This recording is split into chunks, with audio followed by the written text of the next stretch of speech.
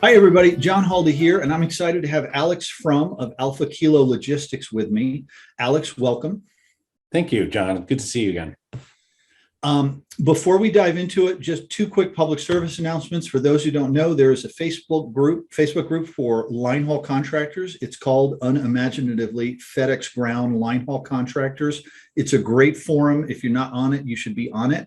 And there's also coming up in July, less than 4 months away, the Line Haul Summit, of which Alex is one of the organizing members, as is Haldy Tech.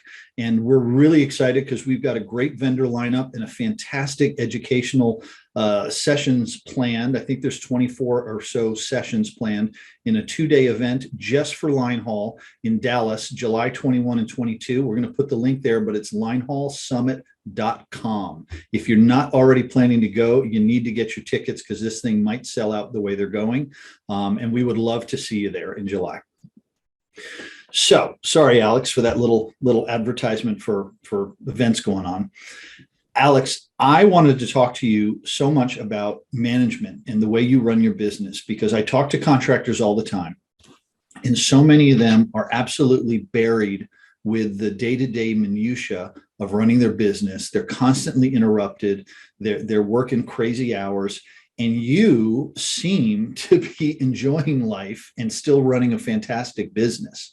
So before we dig into that, would you mind telling folks watching a little bit about your background and how you got into the contracting space? Sure. And I wouldn't say that I love being a business owner. I think, like all other contractors, I get frustrated with FedEx on a regular basis. Luckily for me, as you know, I have a good group of contractors that I'm allowed to vent with. And so this morning, actually, I was venting to a couple other veteran contractors, because I'm a veteran myself, about the challenges that FedEx put in place about how hard it is to hire veterans for us. And we were actually just chit-chatting about how do we get more ex-military truck drivers into our business, and what can we do to convince FedEx that this is a worthwhile proposition. But a little bit of background on myself. I was born and raised in Chicago. I attended the United States Military Academy, and then spent 5 years on active duty and 3 years in the reserves in the Army. Following that, I went to go work on Wall Street, met my wife, had a lot of kids, and then decided that I needed to do something different. And when I spent some time after leaving Wall Street to try to figure out what I wanted to do, I spent some time trying to figure out what did I most enjoy about my professional career. And what it was is I enjoyed working with soldiers a great deal. And so I was looking for something similar along those lines. Happened to find a trucking company. In the Army, I'd spent a lot of time dealing with logistics and deploying my units to different peacekeeping operations and work. And so I thought that trucking and line haul would be a good fit. I bought a couple runs down in Memphis, Tennessee, and we've grown now to be in Memphis, Tennessee, Olive Branch, Mississippi, and the Noki terminal, which is in Independence, Kentucky. Do you do P&D also? So a couple years after I got into line haul, a couple buddies of mine from the Army reached out and said, "Hey, how's line haul going?" I told them I was really enjoying it. It's going well. There's been good growth. And they were asked me if I wanted to partner with them and get into the last mile delivery. And I agreed. And so I'm a partner in a company that owns 5 CSAs in Oklahoma City and in Texas. Gotcha. You were saying something to me recently, which I found really interesting. You believe that as a line haul owner, it's very reasonable to expect to do this remotely. Yes. As opposed to being a P&D guy where you're expected to be in the terminal on a regular basis, helping to get the vehicles out, handling DRO, dispatching individual trucks, and handling the situations. I think with line haul, you can do it from anywhere in the country. As long as you have a strong Wi-Fi connection and you have your cell phone with you, you can do your job from anywhere in the country, as long as you have a strong management team in place. The way I like to think about it is, when you set up, your management team is like a triangle. The more managers you have in place, the wider your cone of influence becomes. So me as one person, I can influence, anywhere from 3 to 7 people. But if I have a manager work for me, then I can influence him and, and 2 to 6 other people, and he can influence 3 to 7 people. And as you expand your management team in place, you have the ability to influence and direct and guide more individuals. So if you think about it, when you think of a triangle, the larger your base is, the more influence you're allowed to exert among your organization.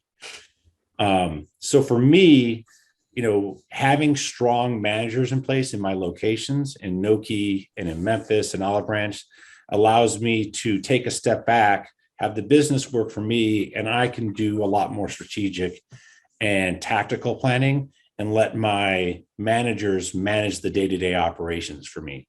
So, and I get involved. I mean, I talk to my managers on a daily basis, but in general, we're talking about, okay, do we get everybody dispatched?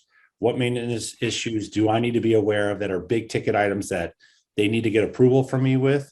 And what issues are they working through? We problem solve.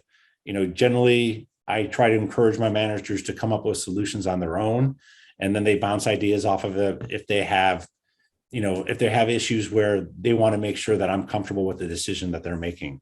If I am comfortable with it, I support them and I encourage them, and I empower them. If it's a decision that, I think that there's a better solution for, we'll work at the problem, look at it, use it as a teaching point to try to get them more comfortable with the implications and the effects of what their decision is. So how does it impact the bottom line? How does it impact truck utilization? How does it impact, personnel utilization? At the end of the day, as a line haul guy, you have 2 levers that you need to manage on a regular basis. How often are you dispatching your trucks out? And how effective are you on making sure that all your drivers are getting dispatched out on a daily basis? I think the biggest change that we've had over the last couple of years is that, line haul has moved from a 5-day operation where you could have one driver running one run, and now you have 7-day operations. So, no driver, because of hours of service, can run 7 consecutive days, nor would you want to have somebody run that many days because they're just going to get burnt out. So that means that you need to set up a schedule so that you have multiple drivers covering a run to make sure that they're, making sure that the run gets covered. And in order to do that, you need to have a dispatching schedule that, gives drivers the time off to revitalize and reboot themselves, but at the same time covers all your runs. So these managers you have in the various areas who are closer to the actual operations, are they also driving or are they full-time managers? So I require all my managers to be backup drivers. So none of them drives full-time, but they do cover down on if we have a call off that day. So the way I have it set up right now is that I have more drivers than I dispatch on a regular day. I have drivers who have a day off. Say today I have all my teams are dispatched at the moment right now, but I have 3 or 4 solo drivers who this is their scheduled day off. So if I have a driver call off, my manager, the first thing my managers will check with any of my drivers who have a scheduled day off today to see if they want to cover down on the run. If not, then, as long as they don't have any other requirements that they need to take care of, like getting trucks through PM, getting trucks washed, doing safety training, doing driver remedial training, or any of the other things that they're handling on a regular basis, then they'll cover down on that run themselves. With the delegation that you do, I'm an OCD guy, and I struggle with delegation, and to the detriment of the folks who work with me. They want to kill me. Because when I do delegate, the first thing I want to do is set up some convoluted reporting process where I can have my eyes on and make sure they're doing everything they're supposed to do. Is that the way you operate, or do you just operate sort of Army style, bad news travels fastest, but I'll trust that everything else got done? No, so I completely understand. I mean, that's the hardest thing that any small business owner has is letting go and trusting in your subordinates to be able to get the job done. It's the same in the Army. It's the same in anywhere. What you need to do, and what I think contractors need to do, is set a clear and definitive task, condition, and standards. It's a standard that I learned in the Army. So the task, dispatching, the conditions, given a set number of trucks, giving a set number of drivers, make sure all our runs are covered. The standards is 100% coverage, or 95% coverage or 90% coverage, whatever you use as that metric, so that your drivers and your managers understand what are you evaluating them on, what are your expectations. So if you give them the task, condition, and standards, then they know what is your expectation and what they need to achieve. So for example, on maintenance, there are certain portions that I cover or I handle because, my organization hasn't grown to the point where I can add another member of my command team or staff team to handle, say, maintenance scheduling. So I use Truck Spy and I use Flint to track all my PMs that I need to do. Okay. So like the overhead adjustment, your heavy duty oil change, your transmission differential flushes, all the different things that you need to do to maintain your truck based off of the OEM guidance. I've put that all into Truck Spy. It sends reminders to both me and to my managers who are responsible for the different trucks. But then we all talk about it, and I'll remind them, usually once a week and it's usually on Tuesdays that I do it.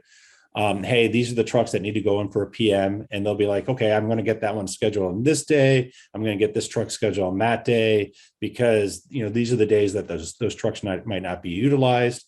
Or they'll come back to me and say, hey, I'm going to need to wait a week because we have, truck 159878 down for a blown transmission, and not a blown transmission, but it needs a wheel seal and it's getting a wheel seal tomorrow. So we're utilizing that truck. So, and then we'll talk about that. And if, as long as, they report back to me what they're doing, I'm usually fine with it. Sometimes there'll be, a discussion about it. For example, a couple of weeks ago, I have certain trucks that are team trucks and certain trucks that are solo trucks. And my manager had decided to take one of the team trucks and give it to one of my solo drivers while he got the solo truck repaired. And I said, okay, let's look at this decision making, for example, right? We make a lot more money on making sure we get a team dispatched than we do on getting a solo driver dispatched, right? If I get a team dispatched out, they're going to do 2,000 miles over 2 days. My apologies. But if we get a solo driver, the max that they might be able to get out on, is 600 miles each day. So the better thing for us would be to get the team truck out and not the solo driver out. I'm willing to eat the loss of revenue on the solo team or the solo driver and make sure I get that team out because it's much more higher revenue. And we talked about it and he understood the decision making. He's like, I didn't think about that. I was just worried about getting, Chuck driving today. I'm willing to cover trucks, expected pay because I have a truck down. Then, forego a team going 2,000 miles and getting a higher revenue boost. Makes sense. Can I rewind the conversation though and ask a couple of questions because you covered a lot of ground quickly. You talked about how it's very possible to do this remotely. Mm-hmm.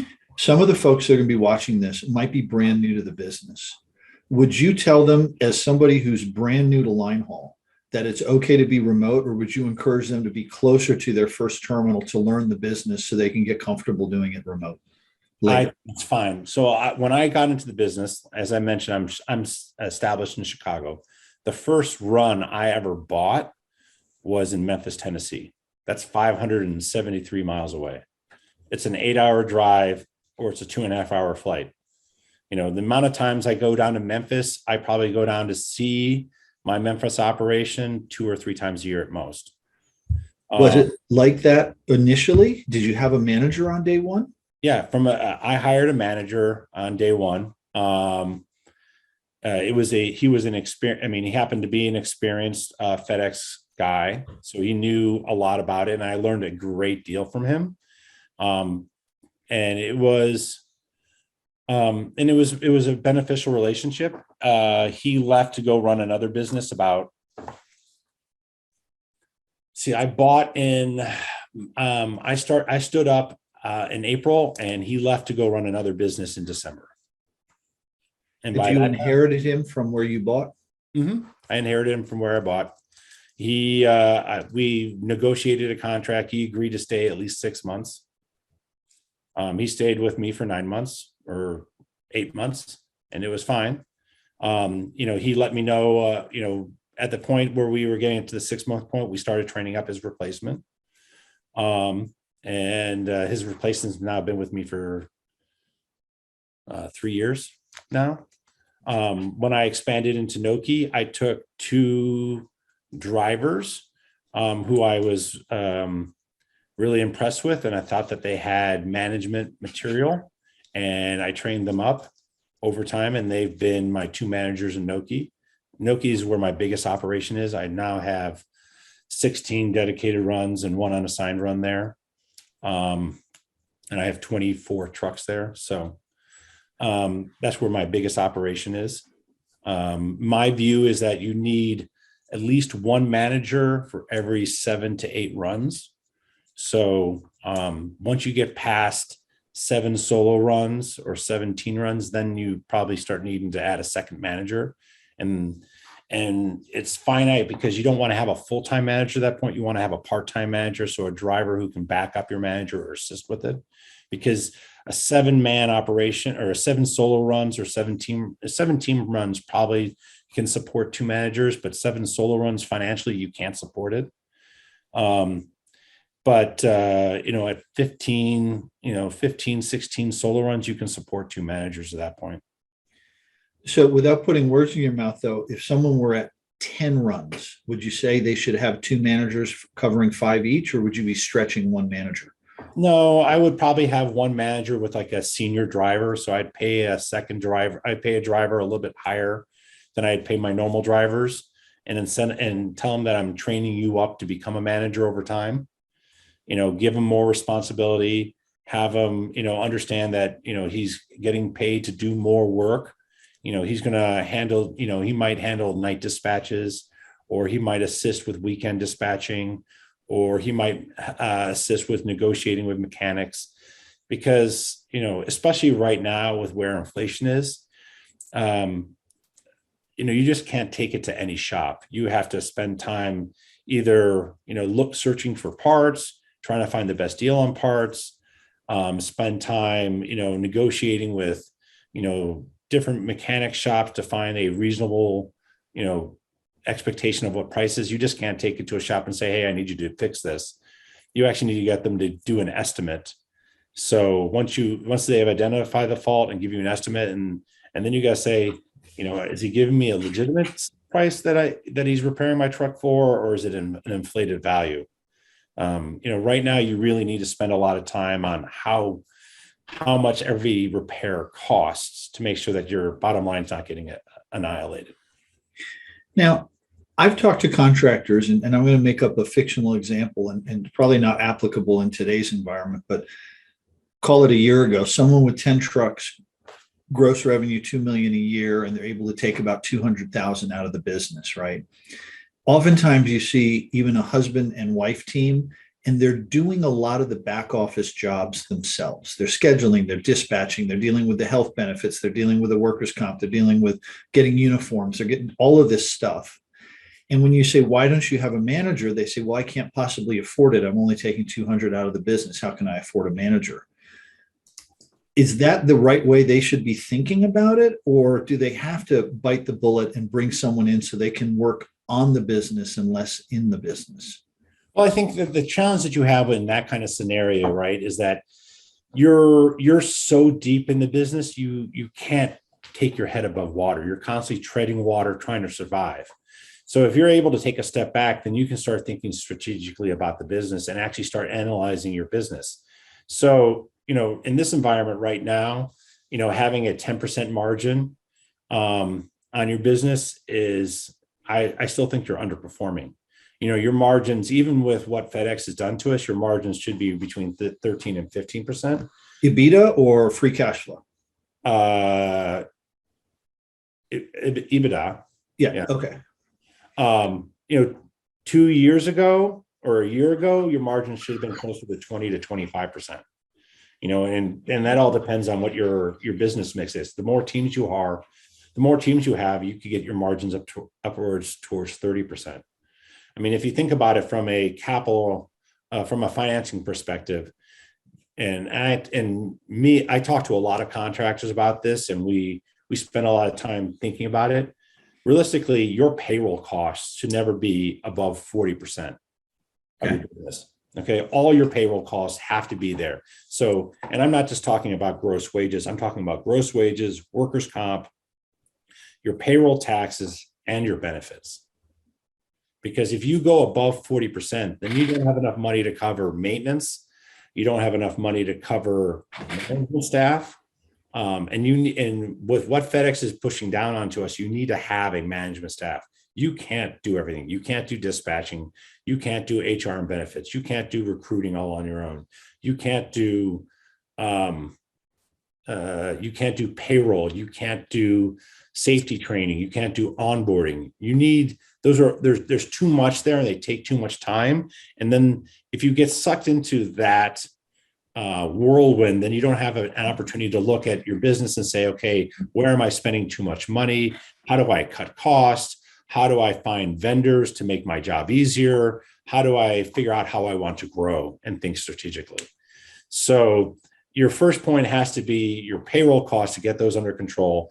Then you can look at the next 30% of your business is maintenance, it's insurance, it's lytics or your vetter, it's your ELD provider, it's your safety training, and then the last bucket of about 30% or so, that's where your SG&A costs come into. And when I say SG&A, that's your staff, your management team. Okay. And then, that's 4 or 5% of your business. And then the balance of it, that 20% left, pays the owner and allows you to save money to acquire new trucks and make down payments. So I want to clarify a few things. First off, for those watching this at a later date, we're talking at the end of March right now, 2022. And currently, driver costs have gone through the roof because there is a huge shortage of drivers. So when you're talking about a 40% max for overall people costs, as it will, driver costs, is that a fair number today in this environment? No, it's not. I'm probably closer to 48% right now. Okay. And that's just a function of the market. Unfortunately, FedEx hasn't kept up with where wage inflation is.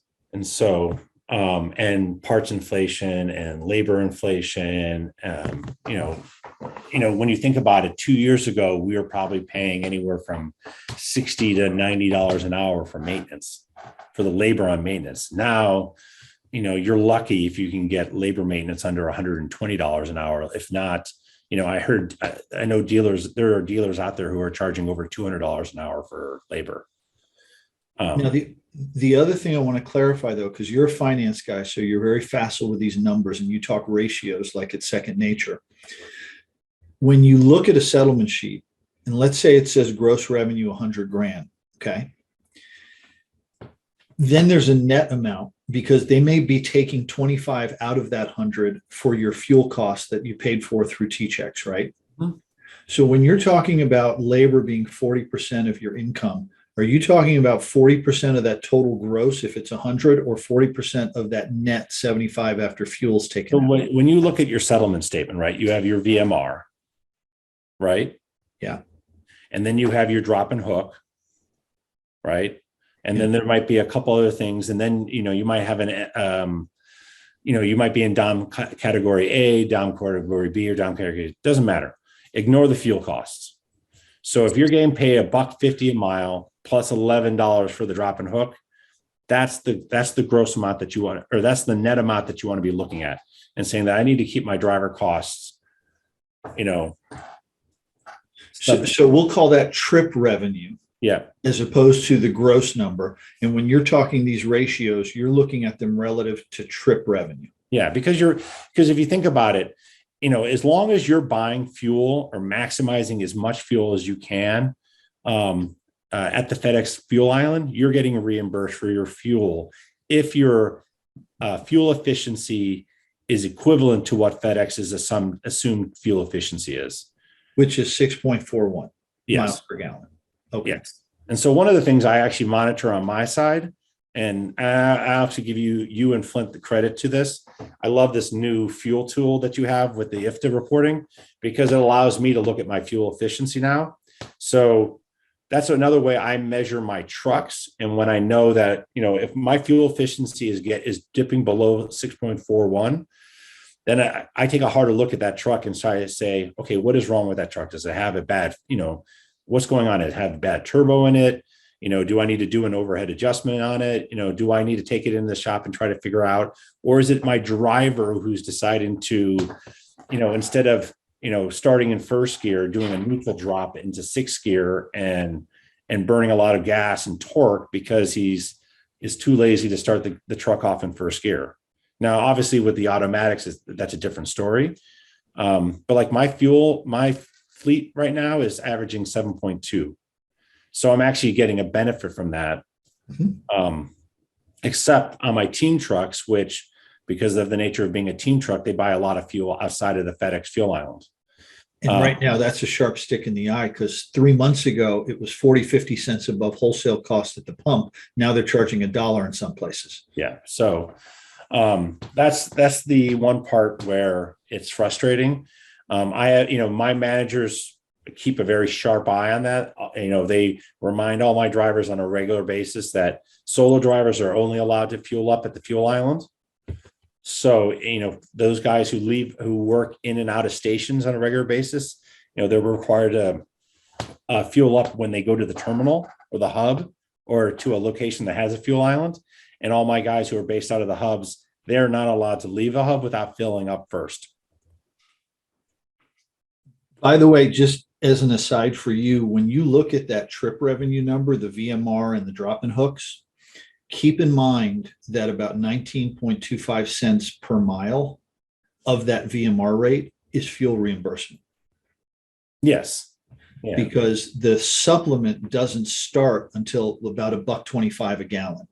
So baked into the base rate for spots and line haul, there's a per mile rate on the assumption that fuel will never be below one and a quarter a gallon, mm-hmm. which I think we can safely say is not going to happen anyway. But when you think about it, there is some fuel baked into there, but I think your ratio holds. I just wanted people to be clear that if they're seeing $100,000 on their settlement and they see $40,000 in people costs, $100,000 on gross, and they see $40,000 on people costs, that's not 40% that you're talking about. No. If they're seeing $100,000 in revenue, then they're probably getting right now actually $60,000 or $70,000 in revenue after the fuel supplement's taken out.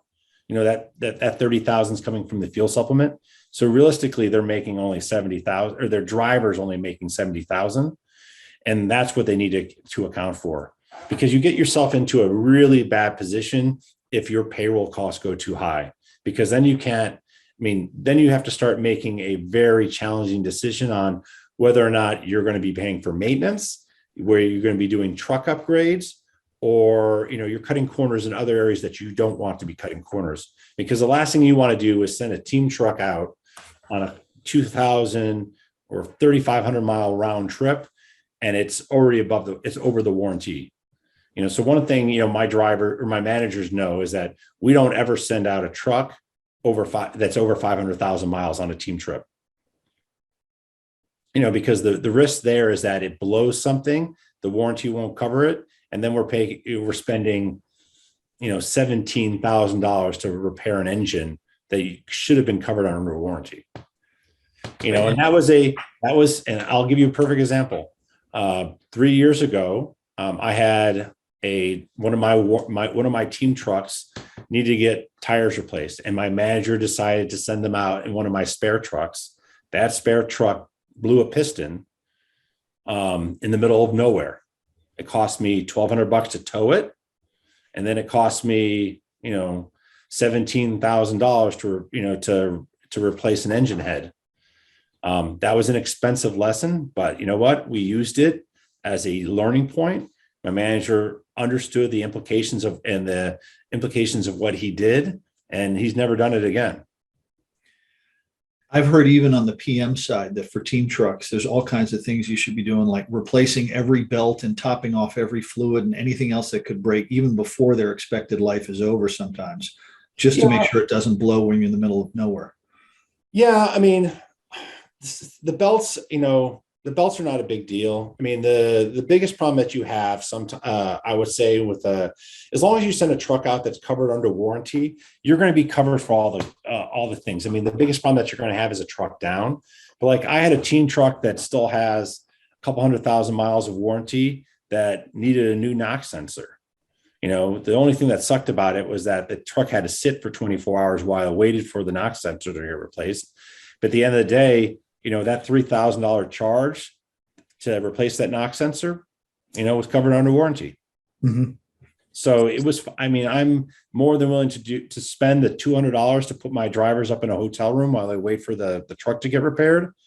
Then, in that situation, then, potentially lose $17,000 because I had to replace a blown head. Understanding your fleet and understanding fleet strategy is really, really important. And that's something that, my managers and I talk about all the time. There's certain trucks, for example, that we won't allow to get dispatched out of the state. So, I'm in Kentucky, and there are trips. Well, I'm in Kentucky, and so all my trips leave the state of Kentucky, but I won't let them, there's certain trucks that I won't let cross from Kentucky through Ohio into Indiana, into Illinois, because the risk I have there is that if the truck goes down, then I have to tow it across interstate lines, and your towing bill to cross state lines is exorbitant compared to just towing it within a state. So it's understanding where your trucks are going to get repaired along the way. So like, my managers have, spent time figuring out, okay, if we have a truck that breaks down in Toledo, where are we getting it repaired? If I have a truck that breaks down in Chicago, where are we getting it repaired? If I have a truck break down in Champaign, where are we getting it repaired? We know along the route where we can get it repaired, and then we know where at the destination, or where it's bump, or the terminal that's going to, where do we get it repaired? It's a little bit more challenging on the unassigned. But, as the longer you spend time in that terminal, and if you understand your route tree in that terminal, then you know where all the locations that it can possibly go. And then you have a firmer grasp of, okay, who do I use in Alabama? Who do I use in Mississippi? Who do I use in Arkansas to do these repairs?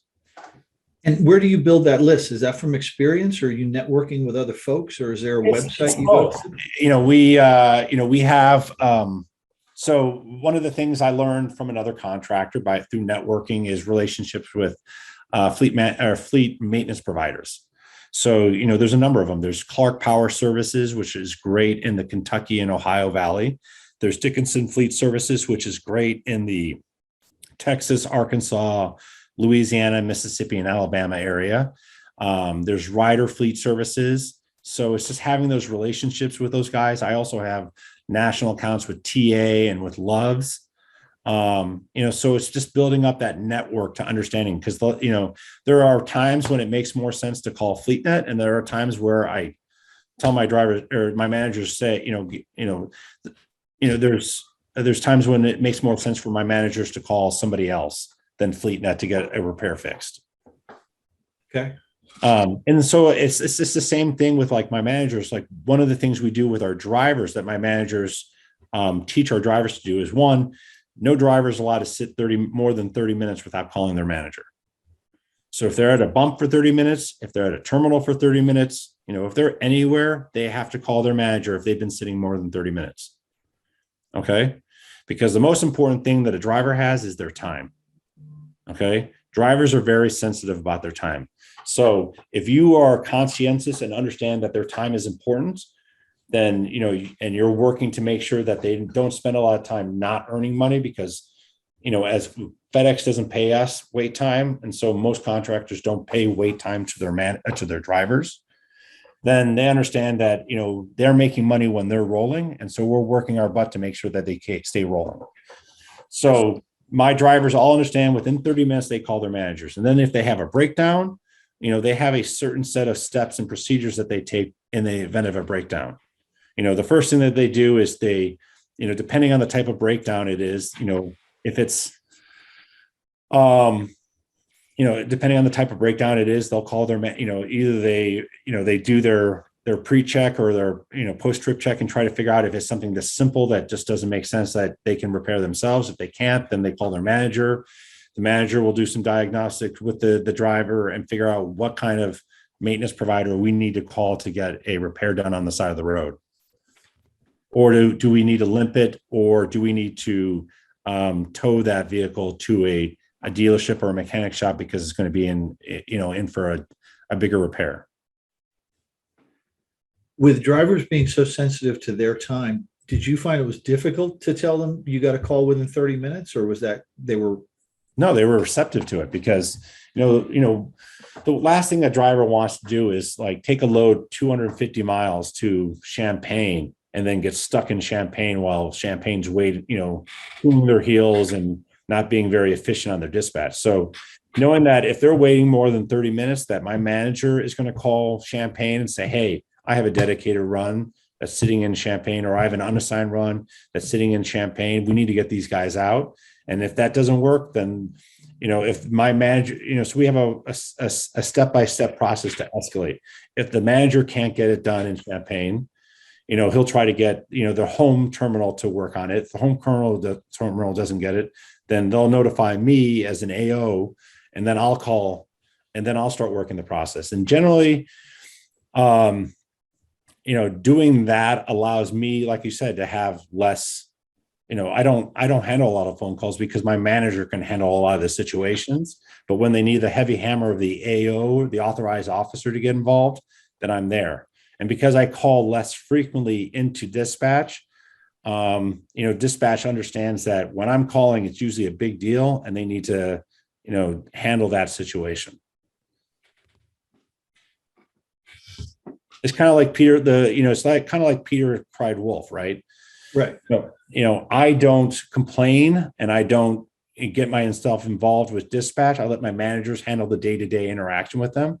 And they understand that when I'm calling to them, it's a really big deal because I'm not crying wolf every other minute. Yeah, and I'm thinking right now about certain contractors I know that are on the phone with the terminal 6 times a day because they're doing all that manager stuff. They don't have a way to turn the dial up to 11 and make someone realize this is now a big problem, other than kicking their high chair. Yeah. So I use my voice to have a bigger impact. So like the only time I talk to my terminal managers about more strategic things. Like right now, for example, I have an issue about how FedEx evaluates veterans for truck driving positions. And so I'm trying to convince my terminal managers, and I have 3 of them, to work with me to try to change FedEx policy about how they look at veterans, because it's a benefit for both contractors and for FedEx. It gives us a new source of drivers to hire if we change the way that FedEx does their DOT employment screening of veterans. Are you having any luck there? Some. I would say that FedEx is like any large organization. There's a lot of bureaucracy, but where I can push certain levers, and then where they then they can redirect me to somebody more senior that when I hit a wall. So it's a work in process. You just have to understand that you can't. Rome wasn't built in a day. The Titanic doesn't turn on a dime. So you're hoping that the changes and the suggestions that you're making to FedEx will get adapted, over time. And I've seen some success. I've had my share of failures. But for me and with the other contractors that I network with, we're all trying to work towards the same goal. We're not competitors. In essence, we're I want to say, you're almost like brothers. We're all in the same family, and we're trying to convince Dad to let us watch TV late at night. So you talked a lot about trucks, and I'm a big believer in what I heard one time, that a line haul contractor is basically in the staffing and fleet management business, right? Yep. What are some of your secrets that you're willing to share in terms of either getting drivers or also, just as important, in my opinion, keeping drivers, keeping them happy? So I think you have to be adaptive, right? The environment that we work in changes, year by year. So what worked 2 years or 3 years ago for recruiting drivers and hiring drivers might not be working right now. As the supply and demand dynamic of drivers changes, you can do different things. So right now I use a mix of benefits and bonuses to retain my drivers and to encourage them. I'm in the same boat as everybody else. I never stop recruiting. I don't like to think of being a FedEx contractor as a fleet management business. I think of it that I run a recruiting business. So I spend a tremendous amount of my time. Actually, I used to spend a tremendous amount of my time recruiting drivers. And then I said, you know what? It was too much for me. And I hired myself a part-time HR manager whose, big job is recruiting. So she handles all my recruiting. It did a couple things. One, I think drivers are more inclined to talk to a woman than they are to talk to a guy. They enjoy talking to a woman more than they're going to talk to a guy in general. And I know that sounds rather chauvinistic, but it just happens to be the case. So she handles all my recruiting. She can spend all the time that needed dealing with First Advantage, because First Advantage is a massive time suck, for contractors. So I don't get stuck in hour-long phone calls waiting to be picked up by somebody at First Advantage, just for them to tell me that they need to place me on hold so they can talk to somebody else at First Advantage to try to figure out what's wrong with this driver file. She handles all that. It's only when we have a situation that that needs an AO to get involved in, that I get involved in, and then we talk to driver qualifications or BDS. So she handles the day-to-day recruiting. She handles my driver compliance files. She does all that. Now, to keep my drivers in place, I try to treat them well. I try to show them that I care about them. I do little gimmicks to, that are not always financially rewarding to them, but I think that they appreciate. Like before peak this year, I got all my drivers winter jackets that were high vis. They appreciated it. It didn't cost me a whole lot of money. It wasn't a bonus, but it gave my drivers something that they could wear instead of wearing a safety vest in the middle of winter that was highly reflective, and it says Alpha Kilo on it. And they all really appreciated it. I mean, I get the number of pictures I got from my drivers showing me them wearing their jackets and walking around the terminal or doing their job was, astronomical. And, FedEx stopped calling me saying that my drivers weren't wearing their safety vests when they were on the yard. Win-win for me. Something other things I've done is I bought all my drivers, 2 T-bone steaks. I mean, sure, I could give them $50 and they can go out and buy themselves 2 T-bone steaks themselves, but I bought them 2 T-bone steaks from a FedEx client, and they really appreciated it. They loved it. The number of pictures I got from my drivers showing me them grilling steaks in the middle of February or March, was astronomical. I've done sweatshirts, I've done water bottles, I've done sunglasses, hats, things that I think they would appreciate. Gloves I've done one year. Just little things like that to just show that I care and I understand how hard the job is. That's one thing I do to reward my drivers. They know that I have an open door policy. They can always call me or text me and ask me if they have any questions. And then, I try to have decent benefits. So I give my drivers all time paid time off. I don't ask any of my drivers to work 6 days a week during the non-peak. So all my drivers are on a 5-day schedule from January 6th until the first week of November. And then I tell my drivers I expect them to be available to work 6 days if needed during peak.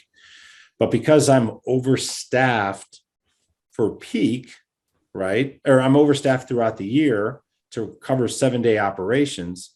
When I move into peak, because I ask all my drivers to run 6 days and most of them want the extra money anyways at that point for the holidays, that all of a sudden having all my drivers run 6 days instead of 5 days, I'm able to take on, 2 or 3 or 4 extra runs during peak to help me get over my peak thresholds. How do you measure driver churn or turnover? The same way everyone else does, Or I should say, what's the number you're managing to, if you are? so I look at it as, I have fully staffed, I should have 40 drivers right now. Okay. I have a core group of about 33 drivers that have been with me for more than 2 years. And I feel like I'm always trying to find that last 10 to 15%. It's frustrating. I think that realistically, if you're always going to have 1 or 2 drivers who are unhappy, who decide that they think that, this contractor, next to you is paying, 51 cents instead of 50 cents a mile. And I'm just throwing those numbers out. That makes a big difference. And so you'll have guys who jump ship. In general, I try to use a mix of benefits that encourage drivers to stay with me. So I offer my drivers healthcare. I pick up 60% of their healthcare costs. They cover 40%. I offer a 401k program with a company match. So, the longer my drivers with me, they see that retirement bonus, they see that retirement number growing. And I have a couple drivers who have over $50,000 in retirement savings. That's a big number for them to want to walk away from. And so they don't want to walk away from that, even though they know that, I've explained to them that if they decided to leave, they can take that money with them. They can roll it over into a new 401k program. I don't think that, I think that there was a lack of familiarity with how the 401k program works. So they're always worried about that. So between healthcare benefits and the retirement plan, and then I do a mix of, on top of like the swag that I buy my drivers to show for driver appreciation, I do have a couple retention bonuses, or I call it a Christmas bonus that I hand out to the drivers at the end of the year.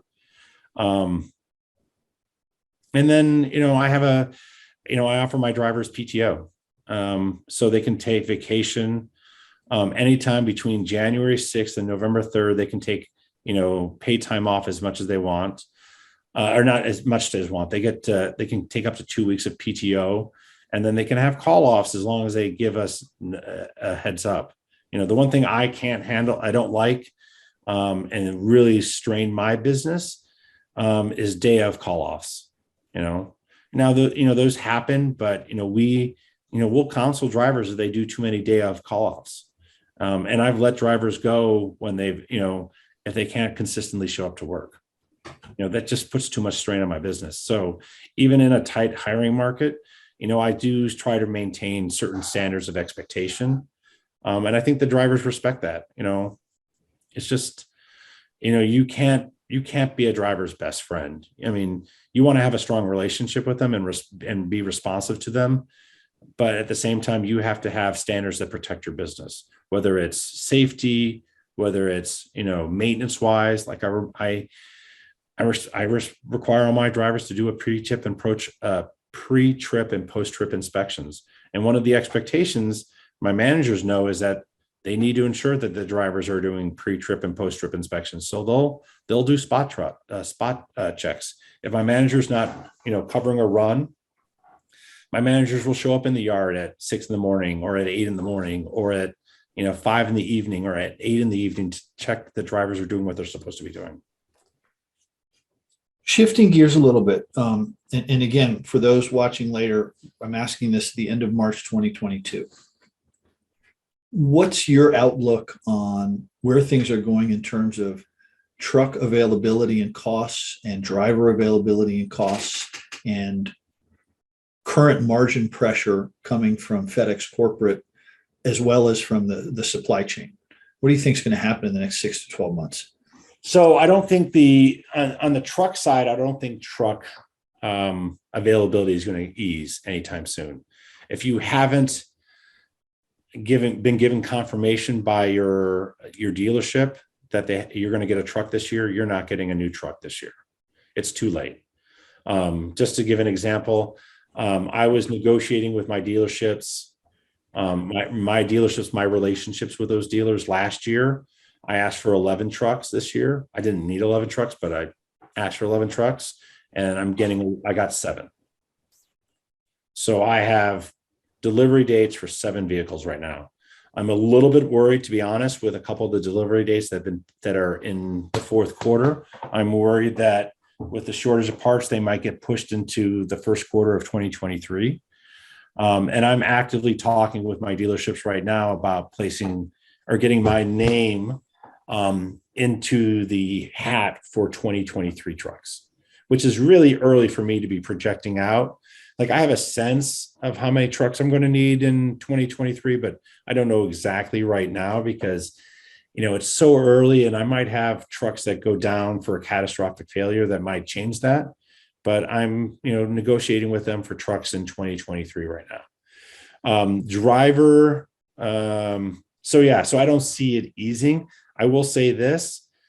I think we are, probably going to go into a recession that I think is going to hammer the trucking industry as we get a slowdown in supply and freight and the demand for trucks. So I think 2023 is going to be a very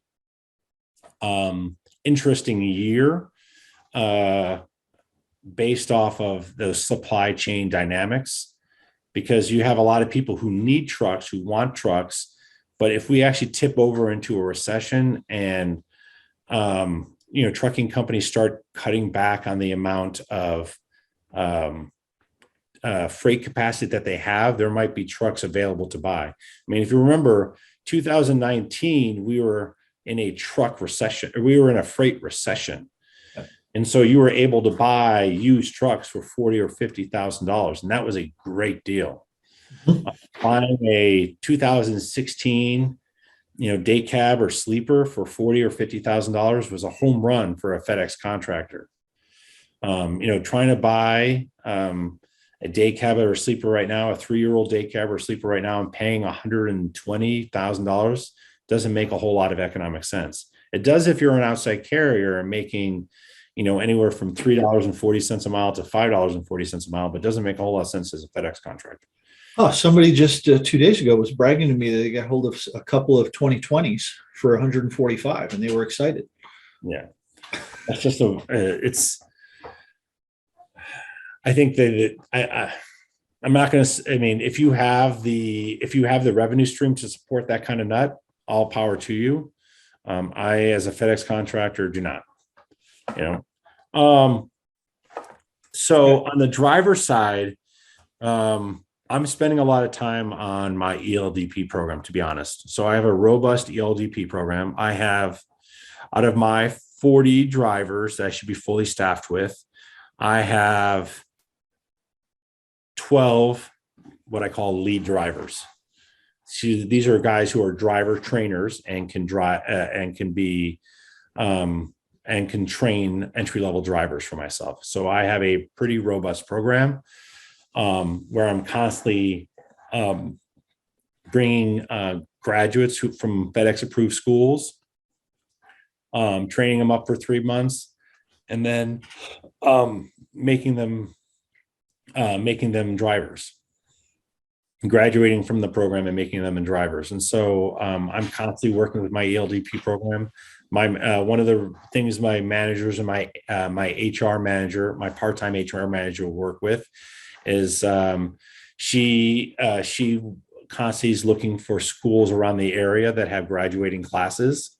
And then she sends then she reaches out to my managers, and my managers when they're not either handling maintenance or dispatch, will go down to those schools and hand out, Alpha Kilo business cards to them to say, hey, once you graduate, we have an entry-level driver training program that we can put you in, and they get you into a driving position within 3 months.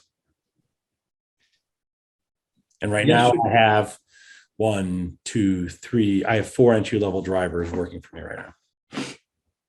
Wow. Mhm. Out of 40. Mhm.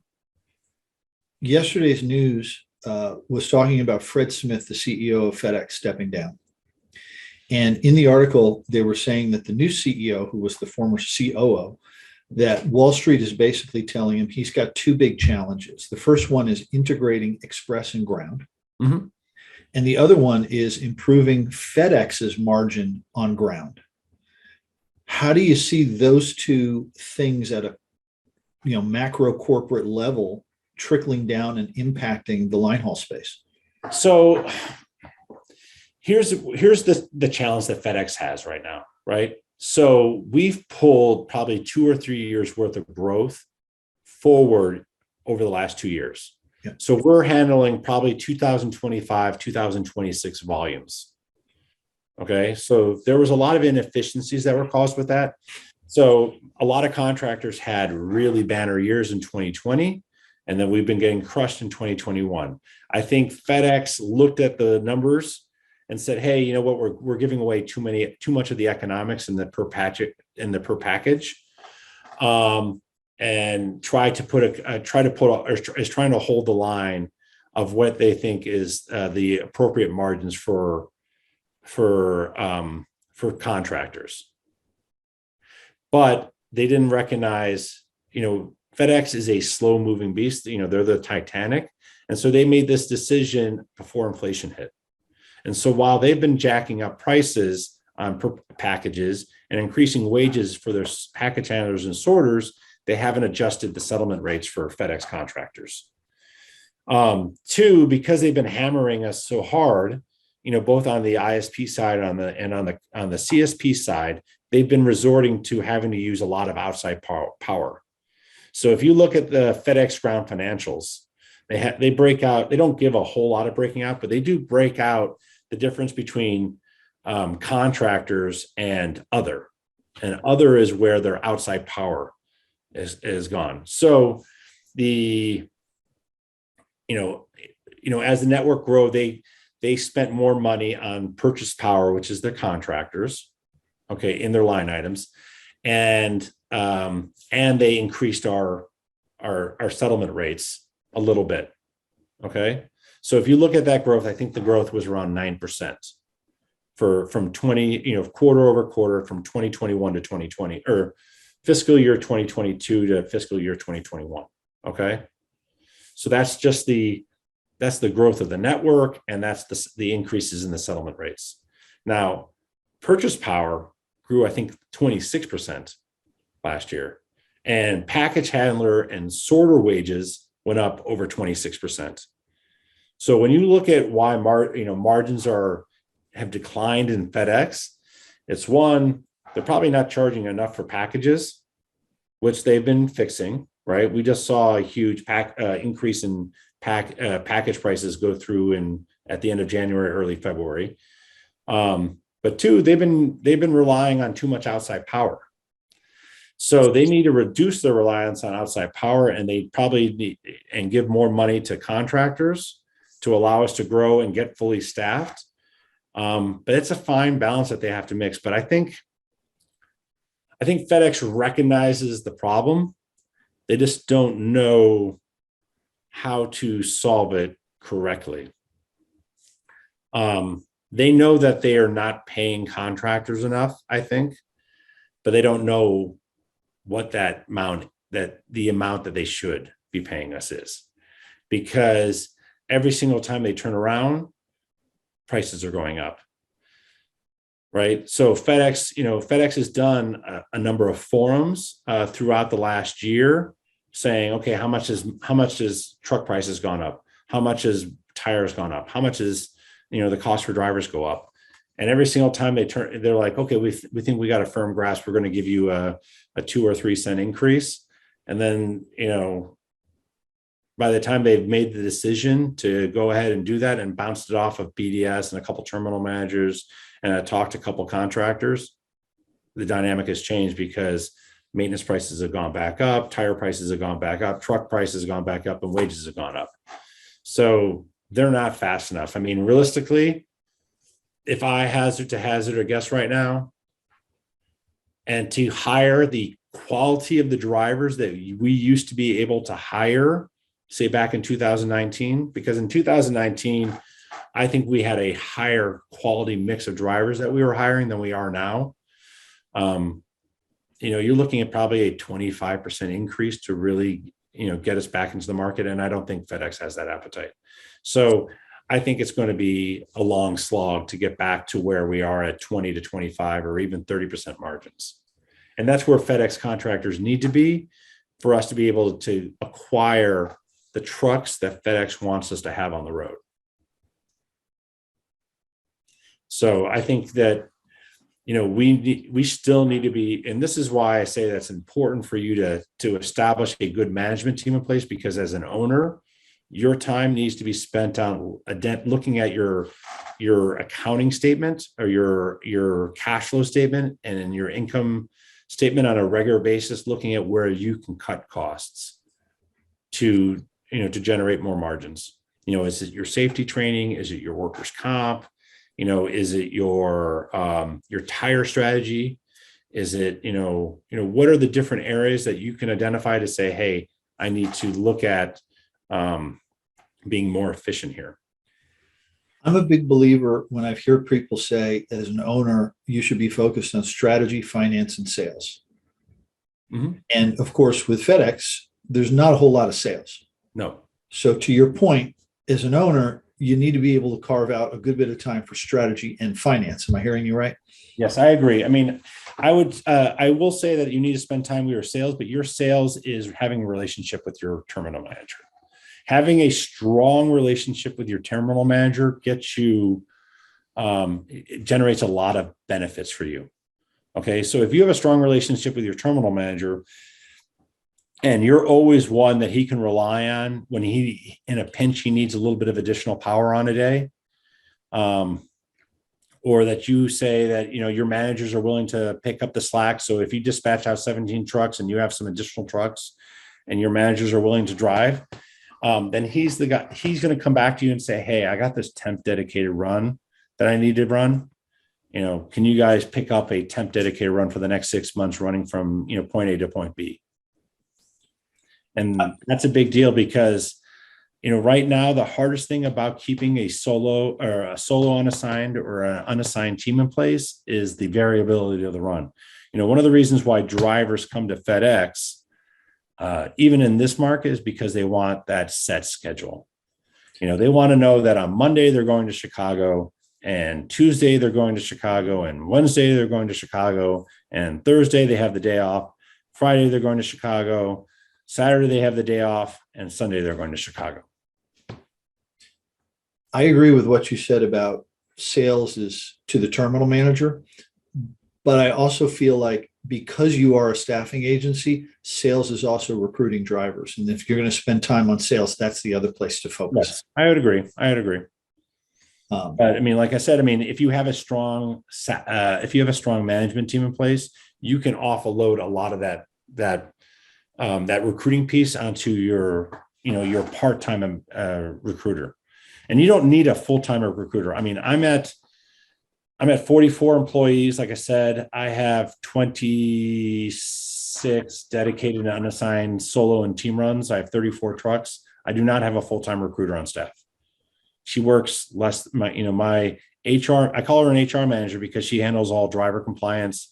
She handles all benefits for me. She handles recruiting for me, and she works less than 30 hours a week. But keep in mind, you are not the norm that you've got 40 drivers and 33 of them have been with you for over 2 years. Yes. So other companies out there have a lot higher churn. And so they have to spend a lot more time and money on recruiting, which those of you listening, you might want to think about why your churn is so high. And if maybe that's what you need to be focusing on in order to fix the recruiting challenge. Yeah. I think a lot of people don't understand how expensive it is not to have a driver in place. So not only are you spending money on the recruiting part and the sign-on bonus, but you're spending money, you're losing money because you don't have that truck rolling. Mm-hmm. So, if you spent more time on figuring out what keeps your drivers happy with Alpha Kilo, and understanding their needs and, doing the little things for them. Like I had a driver call me up the other day and says, "Hey, I want to buy a house." I'm like, "Okay, well, go ahead and buy a house." He's like, "Can you write a letter to my bank, detailing what my wages have been for the last 3 years and how good of an employee I am?" And I was like, "I'm more than willing to spend 30 minutes out of my day drafting you a letter on my company letterhead and sending it to the bank on your behalf." That driver is going to that driver is going to appreciate that forever, that I helped him buy his first house. Those are the kind of things you can do to make a difference in your driver's life. That I think that generate a tremendous amount of loyalty, more so than paying them the extra cent amount. Now, don't get me wrong.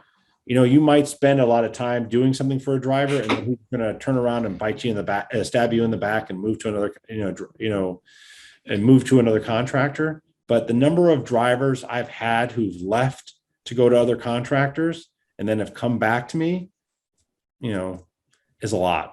It might take them a little while. It might take them 6 months or a year. But I just had a team driver who reached out to me, a couple months ago and said, "Hey, could he come back to work for me?" I'm like, "Yeah, it was always an open door." And I said, "You were always welcome to come back. You gave me 2 weeks notice. I have no problem with you. I completely understood when you decided to leave." He's like, "Well, I was always nervous coming back to you because I felt like I left you in the lurch and you wouldn't want me back." I'm like, "No, you gave me 2 weeks notice. You were very professional on your way out. I have no problem with you, trying to see if the grass is greener somewhere else." He's like, "Well, I really appreciate that, that you're willing to welcome me back." I'm like, just treat them with respect. Alex, we are pushing up against the time that you were very gracious to give me for this conversation. Is there anything you think I should have asked you that I didn't, that you'd like to talk about? No, I think the most important thing when I talk to other contractors, and the thing I've learned from talking to other contractors, one is that we're all in this together. Okay. Your other contractors are not competitors. So networking with them is extremely important because you're going to learn things. So every single time I talk to a contractor, whether it's in Rialto or Lenexa or in Woodbridge, I learn something about how to skin the apple better. And then 2 is, trust your managers, allow yourself to delegate a little, understand that it's not going to be perfect the first time. It's not going to be perfect the second time. It's not going to be probably perfect the third time, but use each of those opportunities to understand that they're learning opportunities, because the long game is that you are able to step back and 1, have a happy wife, 2, have a happy family, 3, think about how you're going to grow your business. So those are the keys to, I think I want to say that are the most important things are network with your other contractors because you're going to learn something. And 2, delegate, because it's a little bit of work that you have to put into it at the front, but at the back end, it's so rewarding and it gives you so much more freedom and gives you so much more confidence to tackle the bigger challenges out there. Like if I was unwilling to delegate, I couldn't run 26 runs, and now, I'm at this point, I have the ability that if I wanted to, I could get into last mile delivery. Or if I want to, I understand how to say, I want to expand into Champaign or expand into Birmingham or into Little Rock or into Chicago, whatever other terminal. And then the last thing is do your research before expanding into a terminal. Not every terminal is different. Every job market's different. And so, saying that, being a line haul contractor in Memphis is different than being a line haul contractor in Chicago. You're dealing with different types of drivers. You're dealing with different types of environment. You're dealing with different type of weather. So, do your research before you decide to expand into a new location and understand the nuances between being a contractor in Chicago versus being a contractor in Memphis. Alex, I'm excited to see you in Dallas in a few months. You're going to be speaking, right, on a couple panels at least, and moderating a couple discussions. Yes, I have my HR manager is going to be talking about driver compliance and FMCSA compliance, and a little bit about First Advantage. She's a former senior admin at FedEx, has probably 10 or 15 years worth of FedEx experience before she came to work with me. So she's a huge resource, and she's very excited about giving a class. And then I will be talking about whatever you want me to talk about, John. I think it's cost accounting and a couple other topics that I've agreed to participate in. But for me, the biggest thing about going to the summit is to continue to network. I have a good group of contractors that I talk to at least weekly with, and we talk about, okay, how are you dealing with tires? How are you dealing with recaps? What do you think is the benefit between a Goodyear tire versus a Firestone? All these little nuances, and we talk and we, come up with better ideas and better ways to skin the cats. But, the opportunity to network with 300-400 different contractors is probably the most important and most valuable thing that I will get out of the summit. Yeah, we've scheduled 20-minute breaks between every session, because what we've learned from going to other expos and things is that the time in between the sessions is as valuable as the time in the sessions. Yeah. And then I'm looking forward to meeting a bunch of vendors. There are already a couple of vendors who I'm really interested to speak with. I'm interested to speak with Whip Around. There are a couple safety providers I'm really interested in speaking with. And then I'm interested in talking to all the different OEM manufacturers that are going to be there, and leasing companies and bank financing companies, to understand, what are the best terms that I can get in this kind of rising rate environment. So if you haven't signed up, please sign up. We got a great venue there, and we got great speakers, and it's going to be an awesome time. And we're going to have some fun, I think, in the evenings. Alex, thank you again. And I look forward to talking to you soon, I'm sure. And for those of you who don't know it, I'll say it again. On Facebook, FedEx Ground Linehaul Contractors. For the Linehaul Summit, linehaulsummit.com. And HaldiTech, we do software. That's our shameless plug, designed just for linehaul contractors. Happy to show it to you, answer any questions if anybody has questions. So thank you so much. Be well. Thank you, John.